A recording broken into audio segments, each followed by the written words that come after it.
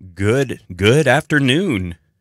This is Michael Harding with On the Arts. Unfortunately, my beautiful co-host and wife, Christina, is actually feeling a little bit under the weather today, so she won't be joining us here in the studio. But I did want to give her a shout out. Love you, sweetheart. I hope you're enjoying listening to the show. Now, we do have a special guest here in the studio today to talk to somebody who I think is going to be absolutely fascinating to talk to. I do want to let you know that if you'd like to actually see who this special guest is, you can check us out. We are streaming live on YouTube right now, and also streaming live on Facebook. You can go to Radio St. George, that's Radio space ST space George, and check us out. We'll also be archiving this interview so that you can check it out at a later time as well. Now, on the arts, for those of you who are listening new, joining our 12 or 13 listeners, we're hoping we're up to at this point, just to let you know what we're doing, On the Arts is an opportunity for us to blow the lid off of all these little artistic secrets that we have here in southern Utah. We don't want them to be secrets anymore. We want people to know about what's out there, these opportunities to participate in the arts, whether it be theater or dance or music or sculpting, and also the opportunities they have to actually witness and attend these art events and such. We want to make sure you know about them. This comes from when years and years and years ago when I was working at the Warehouse Theater in South Carolina. The artistic director would always go out in front of every show, and he would tell the audience he was very thankful they were there and share with them an experience where a community member came up to him and said, "Oh, the Warehouse Theater, Greenville, South Carolina's best kept little secret." And the artistic director said, "Well, thank you. I appreciate that. But we really don't want it to be a secret. We want people to know. We want them to come and buy tickets and experience what we have to give them." So I figured I would hopefully do kind of the same thing here with Southern Utah so people would know not only what we have as far as experience, but also the wonderful people, the colorful array of people that we have here already participating in the arts. Now, we do hope that you'll listen to us. We are every Tuesday and Thursday at 4 p.m., and we have a multitude of guests. We've got actors and directors, and we have dancers and sculptors and painters and curators. We've even had Mayor Pike on to tell us about the artistic opportunities that are around here from a political perspective or from a city management perspective. We hope that you'll tune in and keep your ear out for events that are happening around you. Now, to segue into today's show and also to introduce our guest, I always like to share a little bit of a story about what connects me to the guest or the genre that's out there. And we're going to talk about something that, shamefully, I know very little about, and that's the world of dance. Now, I have been exposed to the world of dance in a few instances in my life. Back in college, I actually took a dance class because, well, two reasons. One, I had to in order to graduate. And two, that's where the girls were. And I thought that was just an amazing opportunity for me to show what a sensitive artist I was. And little did I know, or little did I admit, that the movement that I would be creating in that class was much more fodder for laughter than actual craft. And decided dance probably wasn't for me. Well, I gave it up for a very, very long time until I came here to southern Utah, and I had an opportunity to go with a group of college students to something called ACDA, the American College Dance Association. And this was a few years ago, and I went just expecting to see what this dance world was all about, and I have to tell you, I was taken, absolutely taken with what I experienced. Every afternoon and every evening, there were performances from schools all over. They would bring their dance pieces, all sorts of different styles of dance. I had no idea there were different styles to this extent. I mean, you always know there's ballet and there's hip-hop and things of that sort. But hearing what these schools were focusing on was really fascinating, and to see wonderful, wonderful work presented. And something that I've noticed about southern Utah, and please know that I am not from southern Utah. Those of you who know me know that I'm a coastal guy. As a matter of fact, the kind of weather that we're experiencing right now, this is my comfort zone. I'm very inspired by what I call Seattle sunshine out there, the rain coming down. And there are a lot of things about southern Utah that were foreign to me when I actually set up down here. And one of them is the use of the standing ovation. Now, that's always been something in my experience as a professional actor, as an attender of theater, as an attender of artistic events and such. That standing ovation was something that was very, very special.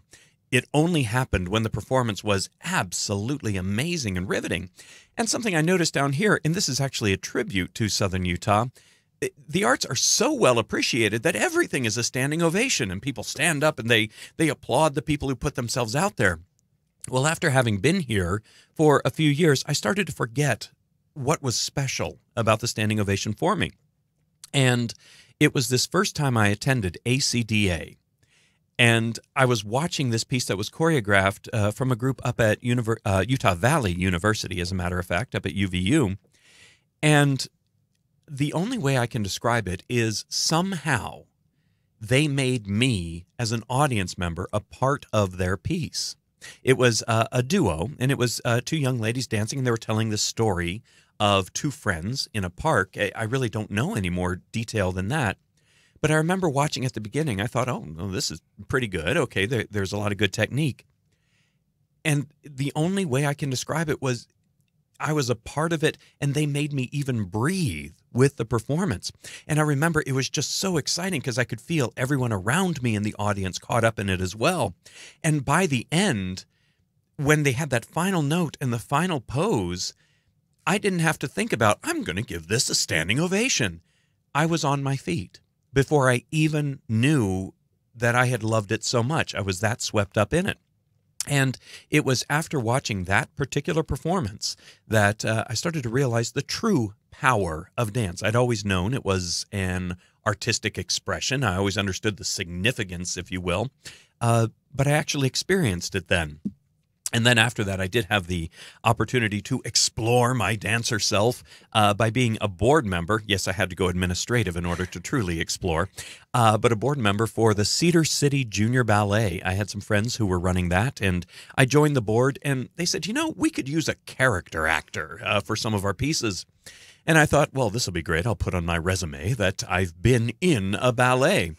And actually, it was fun until I got to the very first rehearsal, which I'm excited to talk to our guest about the differences between dance rehearsals and theater rehearsals and maybe some other things, which really surprised me. But when I arrived, they said, oh, you're just playing a character. There will be no dance. Codswallop is what I say to that. They kept presenting me with these dance moves, saying, well, maybe you could try this. Maybe you could try this.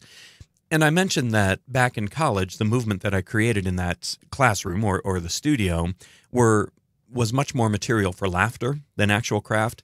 I'm happy to say that now, a few decades later, I am still creating movement for laughter and not necessarily craft. But that is my introduction here.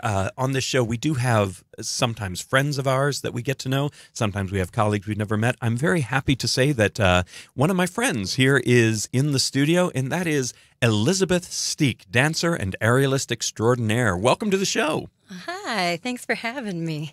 It's a pleasure having you here, not only because you've got quite a resume, quite a background that I'd very much like to talk about, but also you have a great energy for the arts. You have a passion for dance. So, Elizabeth, just to get to know you a little bit and to have our listeners get to know you, who are you? Where the heck are you from? Why are you here? Oh my gosh. Well, I am not a native of Southern Utah either. I'm originally from Georgia, born and raised in a small town south of Atlanta, and went to college at the University of Georgia. But I always knew that I belonged out west. And so I just had to figure out how to get there. I went to the college career fair and saw the booth next to the Peace Corps, which was for AmeriCorps. So a domestic service organization. I joined AmeriCorps, and I was based out of Sacramento, so I made it to the West Coast that way. From there, I made my way to San Francisco to do some dancing, and then decided to go to grad school for dance at the University of Utah. Fell in love with Utah from there, and like you were saying, the incredible appreciation for the arts. I think of Utah as kind of the best-kept secret for dance. And, of course, we want to let the word out, but it is kind of like, no, don't let everyone come here, only the right amount. So I fell in love, and then about a year and a half ago, I guess, came down here to St. George to take a faculty position in the dance program here at DSU. So. Gotcha. I have to admit that I was really surprised to find out that there was such an art scene down here in southern Utah. Nothing against it. I just, like I said, I'm coastal, and I always was amazed that I actually moved to a desert anyhow. But I was spending a lot of time up in Cedar City at the Utah Shakespeare Festival, did some work in Salt Lake. All I knew was that there was this little town, I thought, called St. George in the south. And there is a huge appreciation here for all of the arts, a huge love for them. What kind of a culture shock did you have when you moved here? Oh, goodness.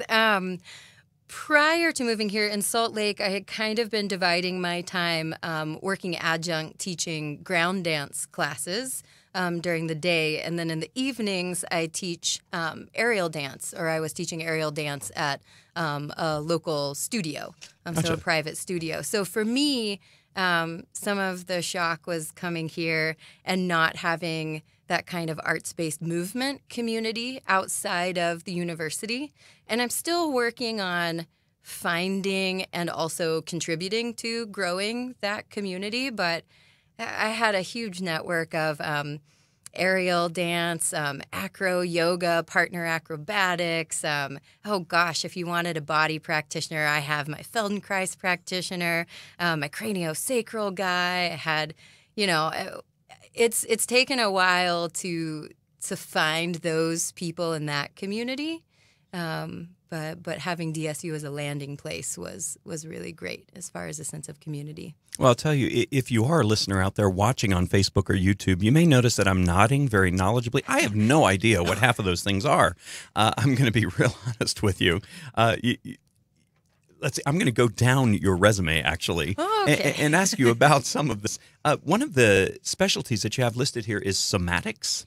Yes. What is that? Somatics is kind of an approach to body-mind connectivity. So when we think of a somatic approach to dance, oftentimes that means valuing the inner experience of the movement, not necessarily looking first at the outward picture of it. You can have a somatic approach to many different activities, but it's that inner sensation or the inner feeling of the mover, valuing the subjective experience of the mover. It could be used in the arts, in performance, but also in different therapeutic kind of environments. Gotcha. Yeah, that's where I know the field of drama therapy is really growing. I've heard instances of, I don't know many details, but instances of dance being used as expressive therapy, emotional therapy and such. Is that in the same realm?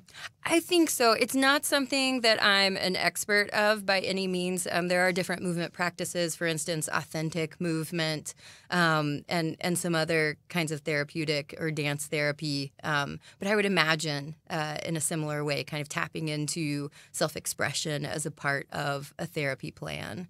Well, and from some of the things that you've mentioned, you were not satisfied to just express yourself on the floor.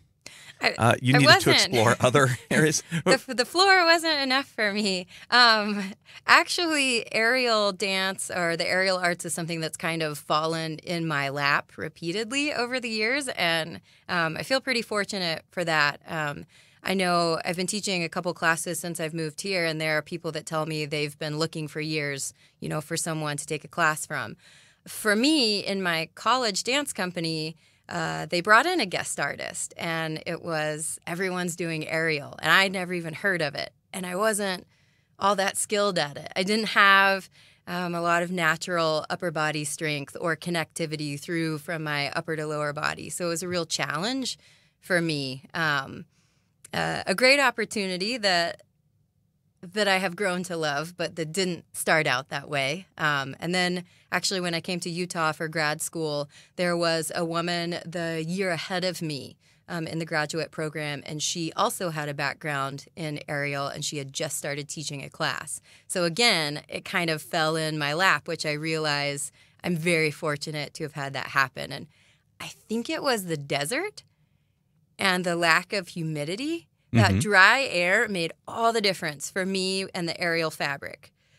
I'm a bit of a sweater, And the humidity of Georgia was not kind to me. And Right. so I think part of my frustration with aerial work in the beginning was just that was sweaty and I got stuck on the fabric. So the desert has opened up a whole new world for me. I'll tell you, if you've ever watched an episode of The Walking Dead, you know about the humidity in Georgia.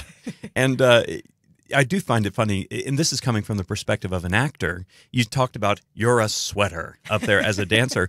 In acting, we have you're a spitter because you speak so dynamically and such. You have no control over your spit when it comes down to it. I just find that very funny. But in Georgia, growing up, how did you get into dancing and such? Was it just something you saw and said, hey, I can do that? Or the family folklore goes that I was twirling around in front of mirrors enough at age 3 or 4 that my mom put me in like the local ballet tap class, kind of creative movement for little ones. And then I guess I just stuck with it from there. I transitioned into training more focused pre-professionally in ballet through middle and high school. Mm-hmm. Well, that's right. Did you have siblings that were into art as well, or? I have an older brother, and he is a musician in his other life.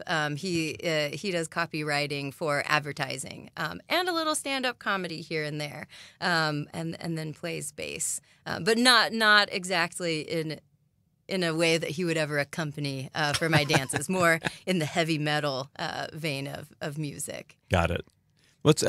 Did you ever run into the mentality from anyone as you were studying dance? I'm assuming at University of Georgia. Mm-hmm. Did you ever run into the mentality, you need a practical degree, or really? Oh, I can do you one better. I just shared this with my introduction to dance class the other day, which I kind of call myth busting, what it means to be a dance major. I wasn't a dance major. And I'm not ashamed. I was a dance minor, actually, at the University of Georgia. I had been training pre-professionally for ballet, and as kind of odd as it seems to say it now, I wasn't sure what the value of a dance major was since I wasn't going into a company at age 18. But I knew I loved to dance, so I took all the technique classes. I performed. I completed my minor, so I was kind of like the dance major groupie. I was always just hanging out with them. I was a political science major, so how useful is that? Oh my gosh. I don't know. And a certificate in global studies. Great. So when people talk about a dance major not being useful, for me it would have been probably much more useful than what my actual major was. But the skills that you get as far as communication, critical thinking, creative problem solving, those types of skills transfer across so many different jobs and degrees. For the path that my career has taken, the specific major that I had wasn't all that important. Right. Well, I'll tell you, that brings up a painful memory for myself. I was a theater major in college.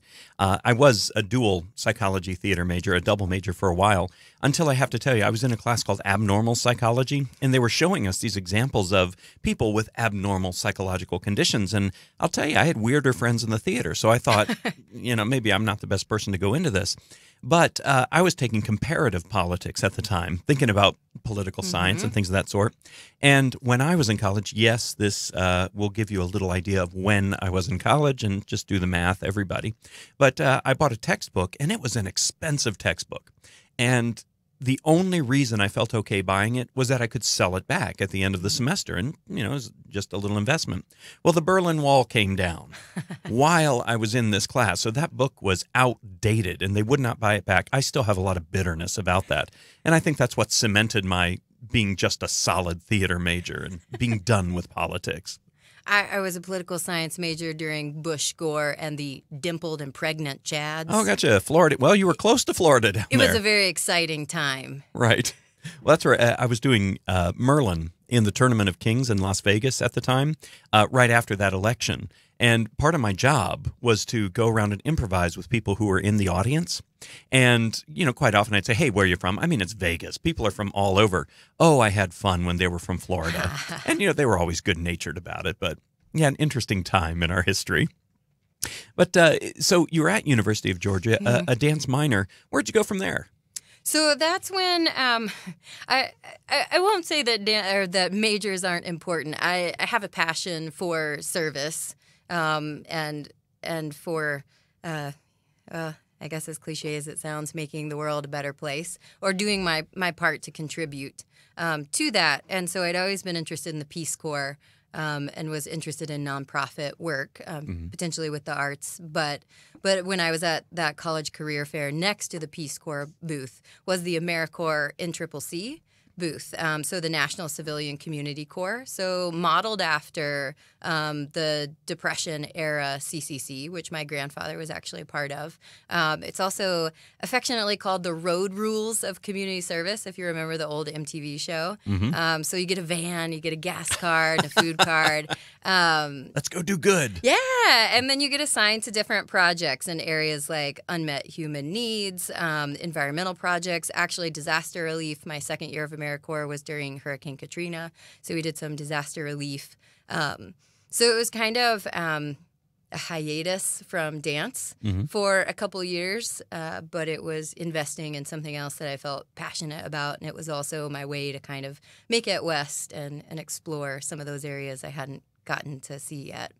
Gotcha. Well, how did you get hooked up at the University of Utah to study? Was it a cattle call audition kind of thing, or did you target them? Well, my mentor in college was certified in Laban movement analysis, and so which is a somatic practice. Laban movement analysis and Bartenia fundamentals fall under the category of somatics.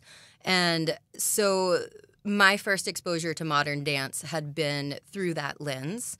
And I found out that the University of Utah had a summer program, a certification in Laban movement analysis over 2 summers. And so I was living in San Francisco and decided that I would do the summer program to certify.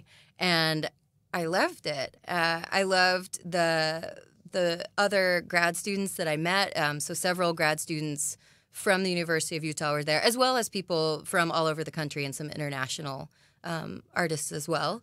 But I loved the community in Salt Lake for the arts. There was like a First Friday Arts Walk, and then there was a group called the New Pedestrians that did site-specific work. During the arts walks, you could follow them around to different areas of the town, and there was dance. There was a contact jam. The woman who went on to become a dear friend of mine, Juliana, was teaching aerial classes. And so I thought, well, that wouldn't be so bad to go to grad school, right, in Utah. And also, life was tough in San Francisco. I feel like I did the starving artist thing for a couple years, and I thought, maybe not forever. Right. And so Salt Lake and the University of Utah was a good option for me from there. Well, not only do you have your MFA in modern dance from the University of Utah, but you're also a graduate of the New England Center for Circus Arts. Yes. Tell us about that. So NECA, New England Center for Circus Arts in Vermont, the very first exposure to aerial I had when I was at the University of Georgia was with Elsie Smith, and she went on after that to found with her twin sister, NECA. And so, it was always something in the back of my mind. I'd love to be able to devote more time to training specifically in aerial as one of the circus arts. And so I had been on a contract at SeaWorld, and it was getting done in August. NECA has a 9-month professional training program that starts in August. So I figured I could go back to Utah and continue adjunct teaching, or I could go to circus school. Who wouldn't want to go to circus school? So I went and spent a year in a little town called Brattleboro in Vermont. It was very cold. I wore ski pants and back warmers and all of that the whole time, pretty much. But it was a really, really great opportunity to kind of spend some intensive time looking at my aerial practice. Gotcha. Well, you mentioned that you did some theme park work. Yes. Certainly at SeaWorld in San Diego. But also, it says here, and this makes me very happy, King's Dominion theme park. Now, the reason I'm happy about that, of course, being from the East Coast, I went to school down in Williamsburg, Virginia, which, of course, has Busch Gardens. And yes, Busch beer, Busch Gardens. That's how they supplemented their beer company, I guess. But a wonderful theme park. But also not too far down the road in Richmond, Virginia, was King's Dominion, home of the small Eiffel Tower, is what I remember. I went up on that small Eiffel Tower. It is the only ride I did that summer. Gotcha. But you performed there, and I found this very interesting. It was at the BMX show. Yeah, so there's a production company called All Wheel Sports. It started as a BMX biking, also flatland biking, but now they also have stunt scooter riding, if you didn't know that was a thing, as well as stunt rollerblade riding, so all wheels. I can fall off a scooter better than anybody. They decided to add aerial to some of their shows, and so I was lucky enough to be cast in that. So I did some aerial silks and rope. They had two ramps, so the two bike ramps went, and then there was a platform in the middle, and then the aerial equipment hung over that platform. So I kind of got the bird's eye view of a lot of what was going on. It was a really, really fun crew to work with for the summer. Very nice. That's right. I do have to say you've got a very varied history of dance. I have to say, when I think of a dancer who is trained and is a proper legit dancer, I think of the Parisian dance masters with their staff and they're pounding on the floor in time. This is a path I never expected, actually. I've kind of been open to whatever experience comes my way. I have done with aerial more commercial and entertainment work, and honestly, it's, for me, been easier to find work in that genre to support myself. I have also passion projects that are more in aerial dance, and I feel pretty comfortable moving back between more of a commercial or kind of gig life with aerial, and then more in a concert dance kind of setting.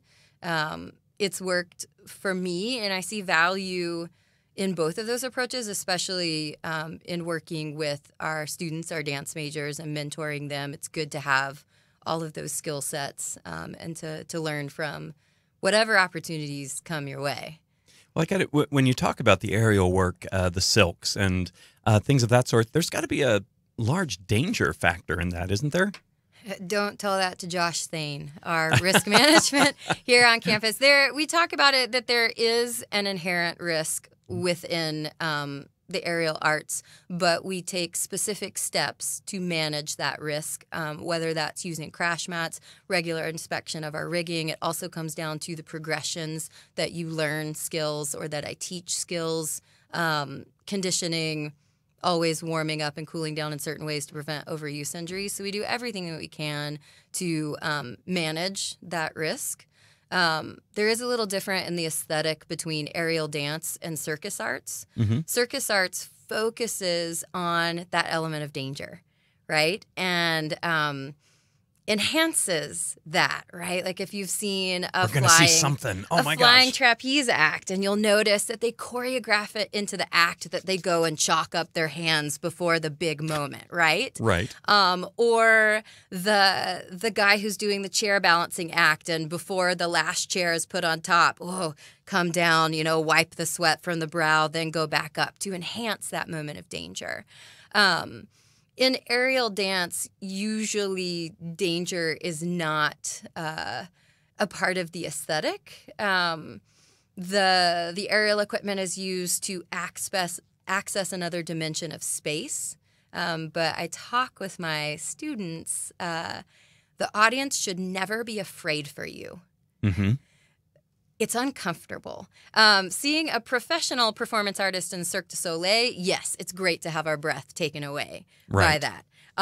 Seeing that on our stage in the Eccles, being fearful for a student in the air is not the goal that we're after, particularly in the aerial dance kind of genre. Right. Is that, well, you mentioned Cirque du Soleil. Do you ever have any aspirations or desires to be a part of a company like that? Oh, I have a lot of respect for what they do, and it's amazing to see what humans are capable of. But that is a really tough lifestyle. The number of shows that they do, the amount of training that it takes for that specific skill set. I have a lot of admiration for that. I tend to enjoy a little bit more variety in my endeavors. But yeah, that ship has probably sailed. But I do like to go and watch and be in the audience. Well, that's right. Yet some of my favorite performances down in Las Vegas are actually those Cirque du Soleil shows. I remember watching a documentary on the audition process for that. And when you think about it, yeah, they've got to be pretty rigorous. And they would show these people kind of like, I don't mean to trivialize it, but American Idol or the X Factor. And they would go in front of this panel and they would do something amazing, twist their elbow behind their ear and, fly 20 feet in the air and such. And the judges were nonplussed by anything. They would just, be watching, oh, okay, good. And the question they constantly asked was, okay, that was great. Now can you do it 600 times in a row and not get hurt? Yes. And that knocked out most of them. Yes, it's the level of conditioning that has to be the baseline, and the level of training just to keep the skill set that's in your act going is tremendous. To do that without injury. The training for a high level circus act is very different than for dance. Mm-hmm. To keep the skill set for a 5 to 6 minute act up, you're training every day on those skills.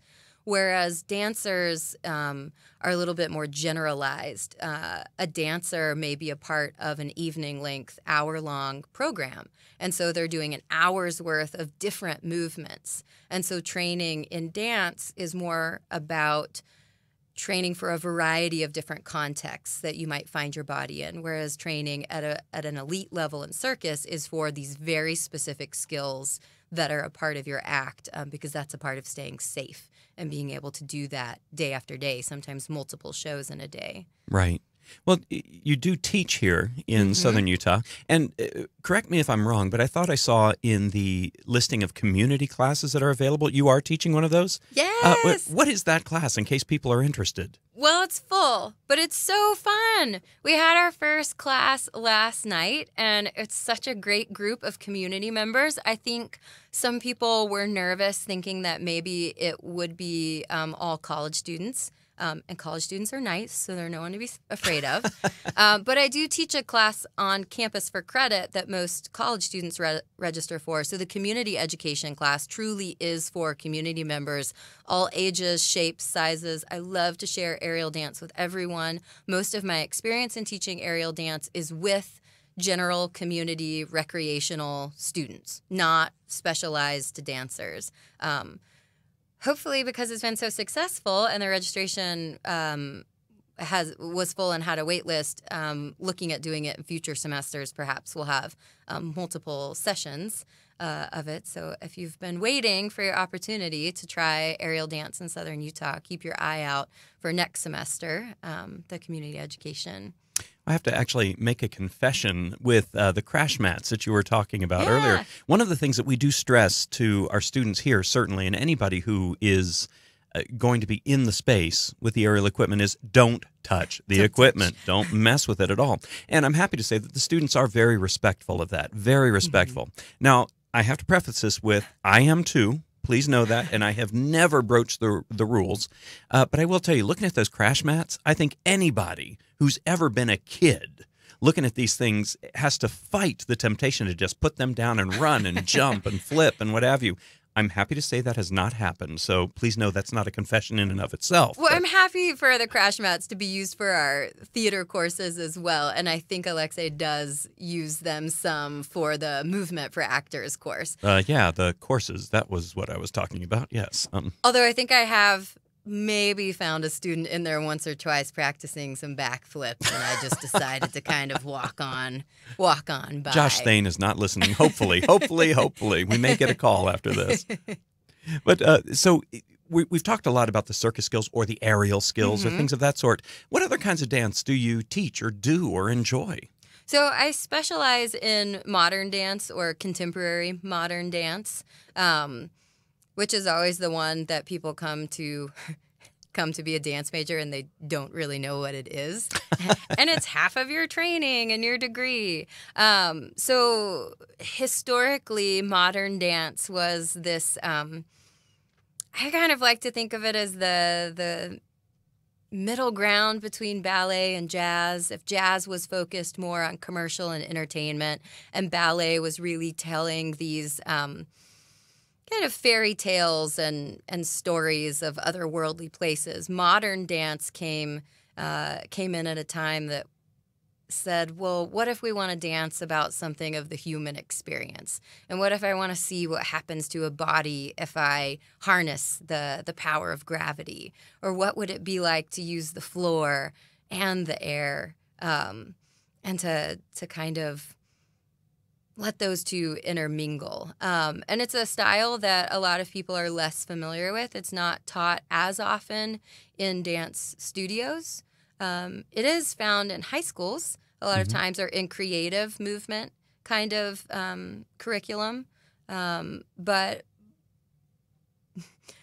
sometimes it's the one that gets the rap of being the weird one. Right. Those weird modern dancers. So I feel like it's my opportunity to help spread the good news about modern dance, especially with our dance majors who may not have as much experience or exposure to that. Gotcha. Do you find students are usually pretty receptive to when they start with modern dance, thinking, well, I'd kind of like to go to ballet or some more a different focused dance? In our major, the requirements are equal for ballet and modern. So it kind of gives you a balanced perspective of those two Western theatrical dance forms. And then we have other elective classes that students can choose to round out their training based on preferences. Most semesters I have one very, good-natured student who in their midterm reflection paper is saying like, oh yeah, this or that was cool, but I'm still waiting for when we're getting to the hip hop.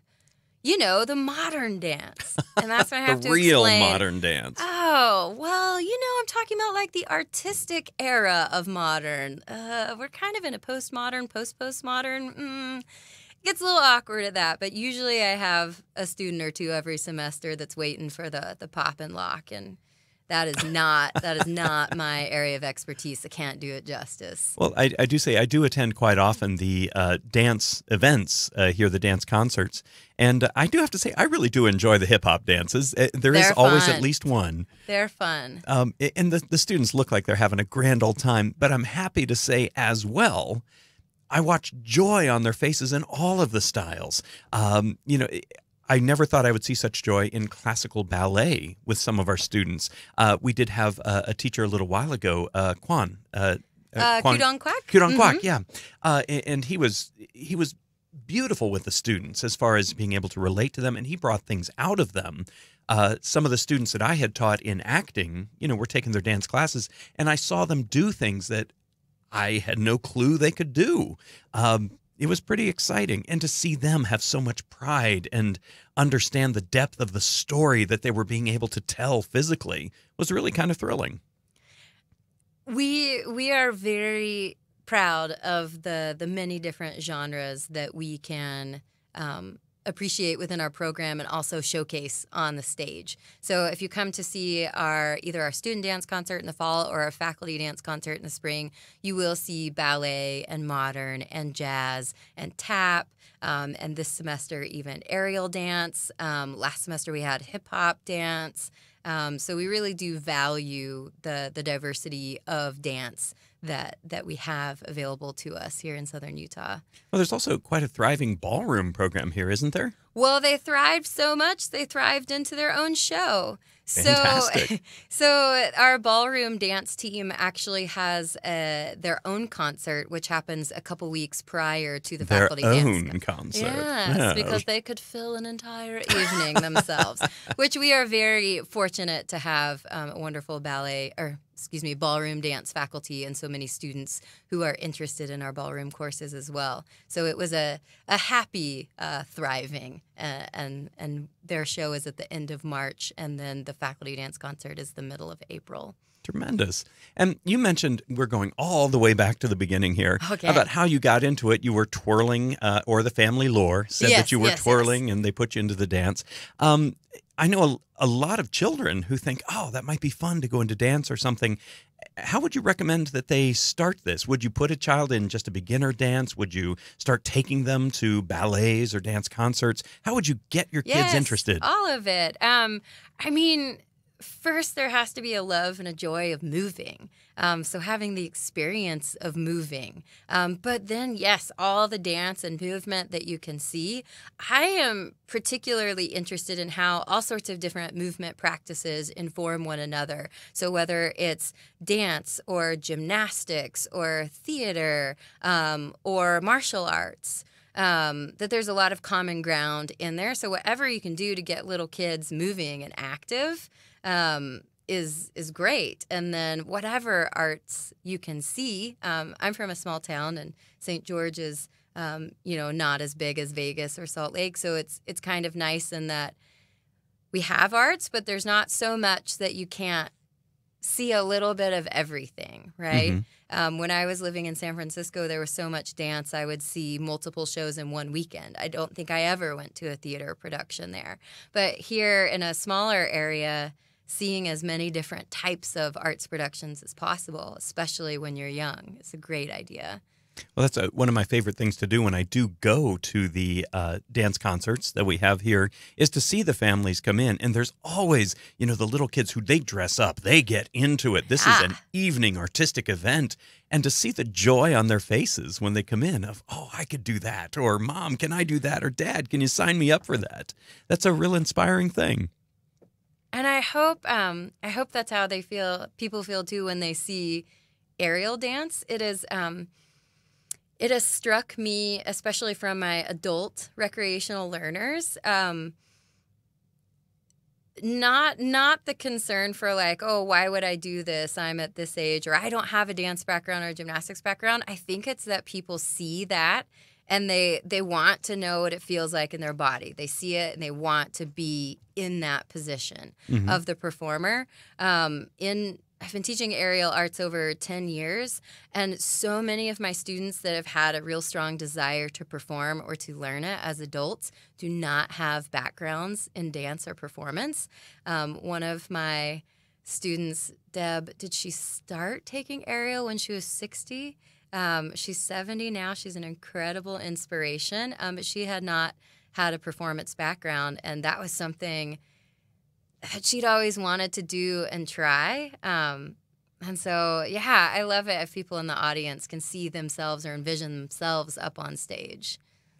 Well, we've talked a bit about your teaching, certainly, and also your experience, your training and such, and you're a fantastic dancer. There are even YouTube clips out there of Ariel and not Ariel, not the character from Little Mermaid, as we talked about, but some aerial moves and techniques and things. Let's talk about choreography just a little bit. Okay. I know with acting students particularly, there's this this strange notion that if you can act, you can direct. And they don't seem to realize sometimes that it's a very different ball of wax. It's a different skill set, even though there are some things that are similar that you need to be aware of, understand. How are you as a choreographer? Where do you, what kind of work do you do? I was going to say, how am I? Come see our show and let me know nicely.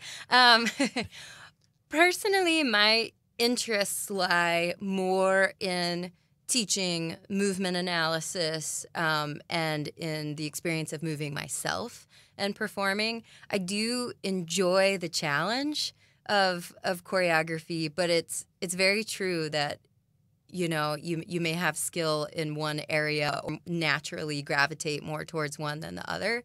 I think what's great about dance is that all of these different hats that you wear, whether it's teacher, performer, choreographer, they inform one another. And so I learn a lot from the choreographic process. I'm teaching a composition class this semester, and we talk about kind of this myth of I call it the myth of the Lord of the Dance. That, like, if I go into the studio, and probably it will work better if I stand under the skylight, but that perhaps the heavens will open and, like, golden light will stream down, and that the dance will come into my mind, and I will see it like a movie, and then that's just what I'll do for the dance. And so a lot of that can be kind of paralyzing. So it's not happening. It's not happening. The angel voices come out. So the other end of the spectrum is thinking, no, choreography is a craft. There are some tools that I can learn and practice to help bring whatever inner kind of motivation or artistic kind of seed that's inside. There's some tools that I can use to craft that. I don't have to just wait for some divine inspiration. Of course, it's kind of a mixture of the two, right? With no inspiration, it would be very sterile. But if I wait all day long for the golden streaming light, it's probably not going to happen. Right. So it's kind of finding that balance. I'm choreographing an aerial duet this semester on 2 students who took the aerial dance class last semester and this semester. And it's kind of about this idea of talking but not communicating. Mm-hmm. Like talking past one another, talking at one another, talking over one another. And so I'll be using the aerial slings to kind of keep this counterpoint or contrast going, even if they have similar gestural phrases going. One is doing it right side up, the other is upside down. One is high, the other is low. And so using the apparatus to expand the stage space into the vertical realm, using it as a prop for expression. We've had one rehearsal. All right. So far, so good. Good. We knock on wood and any other surface we can find in here. Knock on wood. It's so far, so good. It's fun. The beginning of the creative process is always fun. Talk to me next month when it gets to be a little bit more the heavy lifting of it, and then it's always exciting once the show comes around. Well, you bring up something that is very near and dear to my heart when it comes to mentors and quotes and things. When you talked about inspiration versus craft, one of my absolute mentors, and I've never met the guy, but I do consider him a mentor just by looking at his craft and hearing, is Stephen Sondheim on the theater side of things. And he's one of the greatest voices in American musical theater particularly. But he has a quote that I actually teach in my script analysis class and also my playwriting class, that art is craft, not inspiration. And, I do agree there has to be that inspiration, but it strikes me as so funny when some people think, well, I like to move, therefore I'm a dancer, or, I can diddle out a tune on the piano, therefore I'm a pianist. And there's so much more that goes into it. I posted a meme or a cartoon, I guess, on the Canvas page for my composition class, and it's this little bug-eyed character and the bug-eyed character's friend, and the one guy is drawing, and the friend comes up like, "How are you so good at drawing?" And the little bug-eyed guy says, "Practice." And then the guy goes on to say, "I mean, some people just have a gift." And he's like, "Practice. I'll never be good at drawing." Practice. There is some element to the discipline of practicing and craft that sometimes I think we overlook. We call certain things talent and kind of dismiss the thought that with practice, you can practice creativity the same way that you can practice any other skill set. And you can facilitate creativity in others through progressions the same way that I would facilitate learning movement in a certain progression. Right. Well, and let me ask you just a final question here. Who are your inspirations? We talk about a lot of stuff that you do, but who inspires you? What inspires you? Oh, my goodness. So one of my inspirations is my college dance mentor, Bala Sarasvati. She introduced me to Laban movement analysis. She introduced me to aerial dance. And if there's anyone that comes the closest to that, like, heavens opening, Lord of the Dance channeling for choreography that I've ever met, I would say that it's her. I also count as one of my inspirations someone that I have met since working here at DSU, my colleague Sarah Gallo. And when I think of somebody who just delights in the creative process, it's Sarah. Her improvisation class, if I could take it, and maybe one day when I'm not teaching 10 million overloaded classes, I will. Her approach to improvisation and composition and choreography, I really think is an inspiration. And her piece this semester will be representing us as faculty choreography at ACDA. So Very I'm really cool. excited to see her choreography come to life on stage. Gotcha. Well, Elizabeth Steek, we are out of time, actually, for the show. We were actually having the conversation we always have with all of our guests before the show. What are we going to talk about for all this time? And it just flies by. Elizabeth, thank you so much for joining us today and for sharing your insights and sharing a little bit about who you are with our listeners. Oh, thank you so much for having me. And for all of you listening out there, please know every Tuesday and Thursday at 4 p.m., we will be having different guests here in the studio, not only for you to get to know them, but in a lot of cases for us to get to know them as well, so we can build a community that is no longer a secret, a community and an offering of events that is out there and everybody knows they're out there so they can participate or come and observe. Until we do get a chance to talk to you and have you listen again, please remember to keep your focus on the arts.